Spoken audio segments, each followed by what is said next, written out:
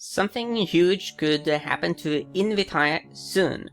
First off, read this disclaimer carefully. We will look at a very interesting theme called genetic engineering.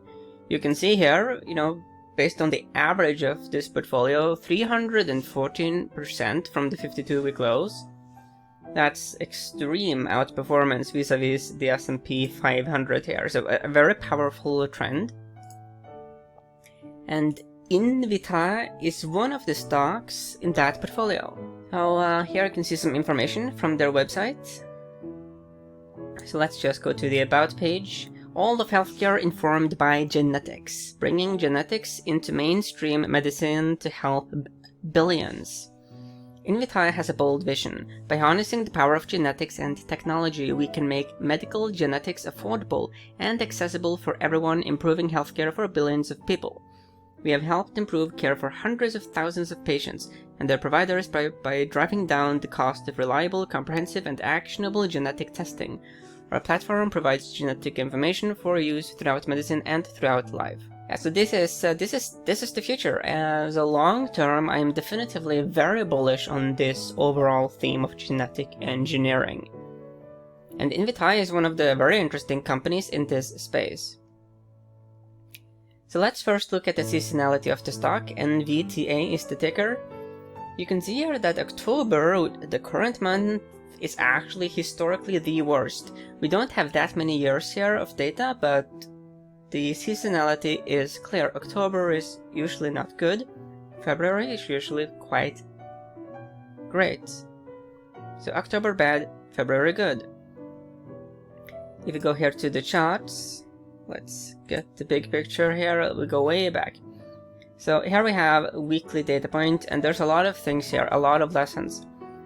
First off, when it went public, it initially spiked, but then it formed a rounding bottom that took years to develop.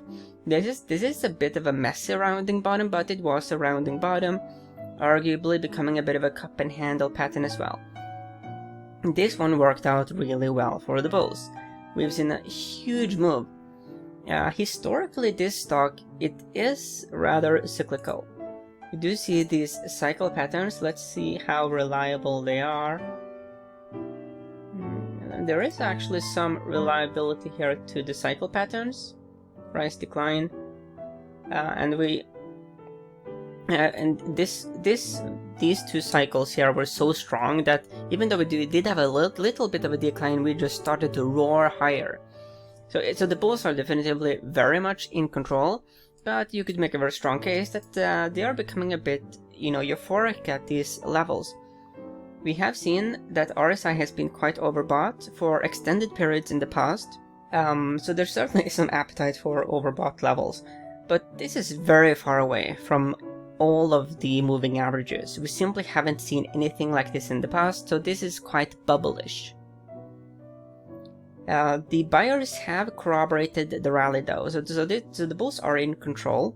There's a 76% correlation with the S&P 500. If we go here to daily data points, let's load the moving averages. So you can see that we are just so far away from the moving averages. I mean, this is of course very bullish, but everything in moderation.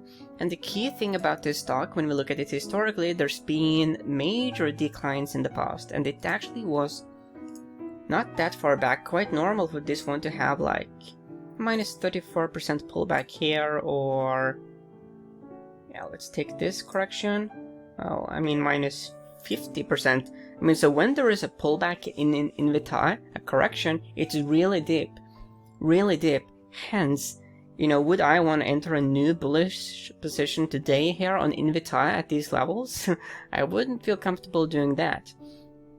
This is definitively one of those stocks that if you are a bull, you want to buy in a pullback.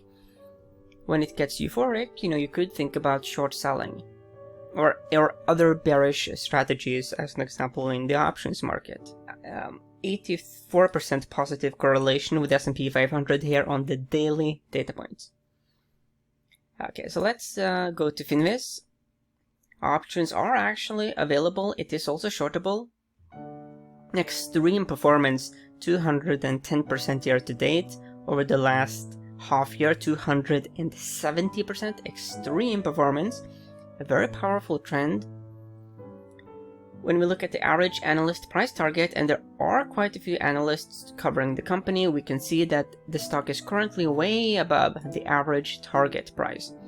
So the average target price is $36.25. The stock is currently trading for $50, which means that, you know, the price target is minus 28% below the current levels. When we go to Saks.com, they have a number 3 hold, an F value score degrowth, but F also on momentum. So we do get a VGM here of F. It's in the medical info systems, and it's in the bottom 34%. There's no dividend, market cap $6.6 billion US, so there is some size to this company. So they're into genetic diagnostics for hereditary disorders, which include breast, colon, and pancreatic cancer. It's also located here in United States and Israel. There's actually quite a few of the genetics companies are located in Israel, which is quite interesting from a historical perspective. It's not something one would predict after the war. So basically, if I were to sum up my take here on InVitae, so let's do a bit of a summary. The theme, you know, if we just look at the theme is very powerful. Genetic engineering, very strong gains, relatively close here to the 52-week highs. That's of course bullish. When we look at like the narrative, you know, what is the future? It is obviously genetic engineering. I find it very difficult to become bearish on this trend. It will be challenging for genetic engineering on the more political level, because it is very much is a politicized topic. On the more radical critics will compare genetic engineering, the entire field. They will frame it within actually Nazism. You know that that's thinking in terms of humans being genetic machines. That was Nazism. It can go very bad. You know, if you think that intelligence and all kinds of personality factors are the result of genetics more than they are the result of the environment. So it's a very politically sensitive topic, and I think that is, especially in the current environment, I think that there will be a bit of a tsunami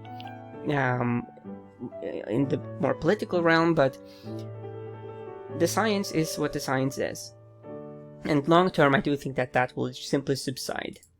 So that overall, long term, that the picture is just bullish. Looking at the charts, it is definitively overextended. I do expect a pullback. The bulls are currently very much in control though, so you gotta be a bit careful about shorting a stock that is this bullish. Then again, the history here is quite clear. This stock usually has deep corrections. And one of the safer quote-unquote ways to be bearish is to just buy a put. When we looked at the fundamentals, it was very stretched, which then again, you know, corroborates a more bearish thesis. So, long term, I'm definitively bullish on genetic engineering and InVitae, but looking at a more shorter term, I would be very surprised if we did not get a correction sooner rather than later. Whatever you do, of course, don't fight the trend, and may the trend be with you.